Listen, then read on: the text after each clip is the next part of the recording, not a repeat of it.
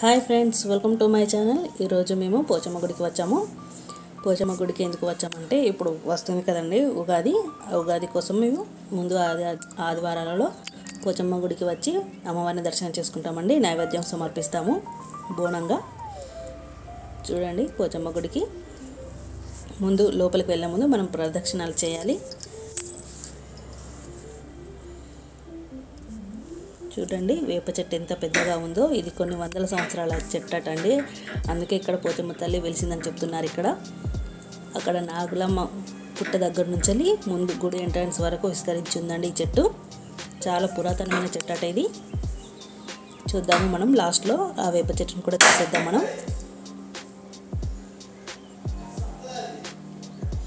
చూడండి, లోపలికి అయితే వెళ్దాం. ఇప్పుడు ముందుగా పోతురాజుని దర్శనం చేసుకుందాం.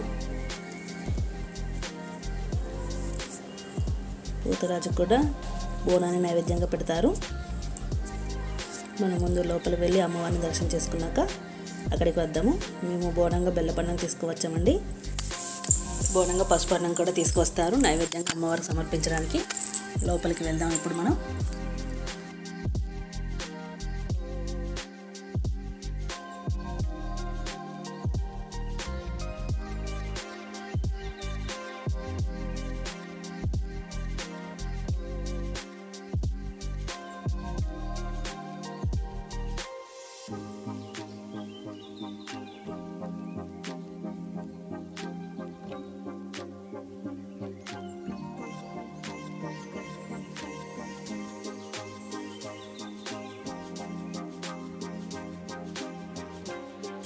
అమ్మవారికి చాలామంది నైవేద్యాలు సమర్పించారు. మేము రావడానికి ముందే చూడండి ఎన్నిగానో నైవేద్యాలు పెట్టారు అమ్మవారికి.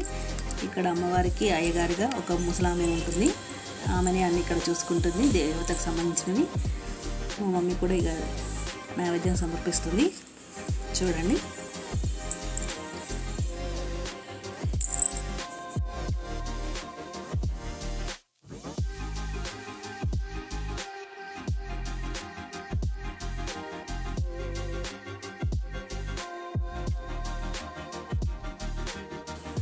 5 ఆకులలో కొంచెం బెల్లపు అన్నము పెరుగు పెడతారండి నైవేద్యంగా.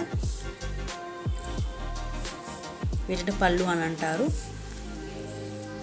ఆ బెల్లపు అన్నం పైన లేక పసుపు అన్నం పైన కొంచెం పెరుగు కూడా పెడతారండి. దాన్ని అమ్మవారికి నైవేద్యంగా సమర్పిస్తారు.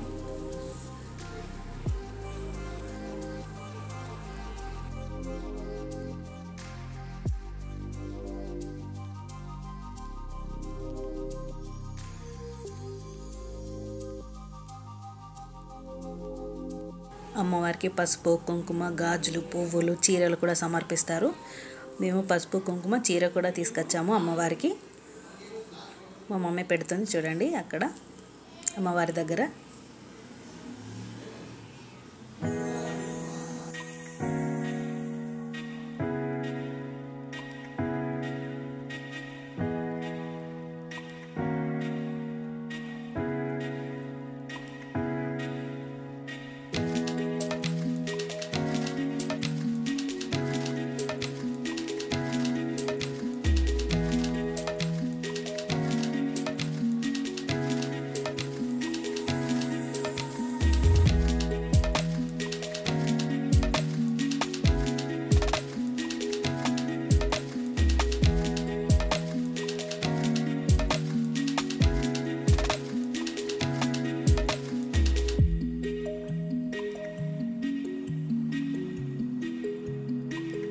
అమ్మవారి దగ్గర చిలకలు కూడా కడతారండి.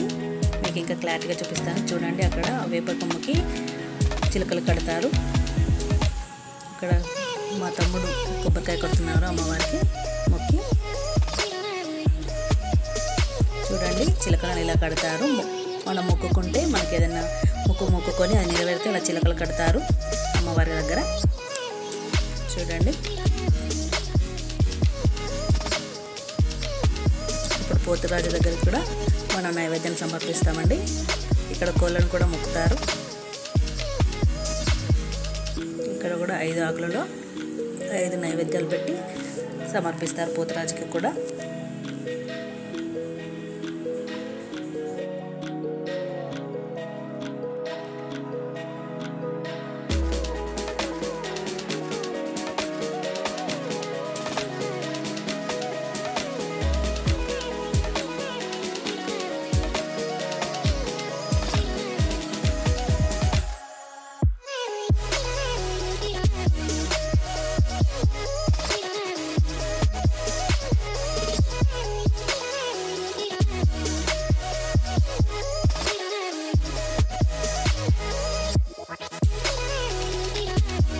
ఇక్కడ సమ్మక్క సారక్క దేవతలు కూడా ఉన్నారండి. అమ్మవార్లకు కూడా నైవేద్యం పెట్టేసి కొంచెం పెరుగు కూడా సమర్పిద్దాం. ఇక్కడ బొడ్రాయి కూడా ఉందండి. అక్కడ ఆ దేవతకు కూడా మనం పసుపు కుంకుమ వేసి నైవేద్యం సమర్పిస్తేద్దాం.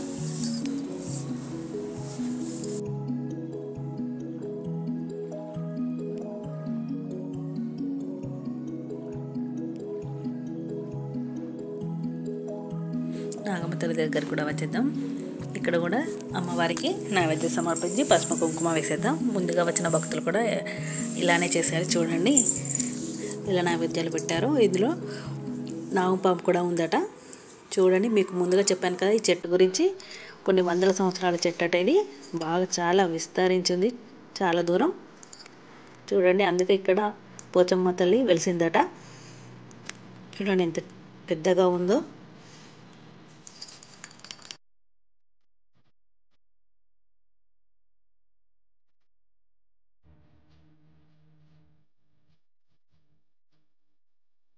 ఈ వీడియో మీకు నచ్చినట్లయితే లైక్ చేయండి, కామెంట్ చేయండి, సబ్స్క్రైబ్ చేయండి. Thank you for watching.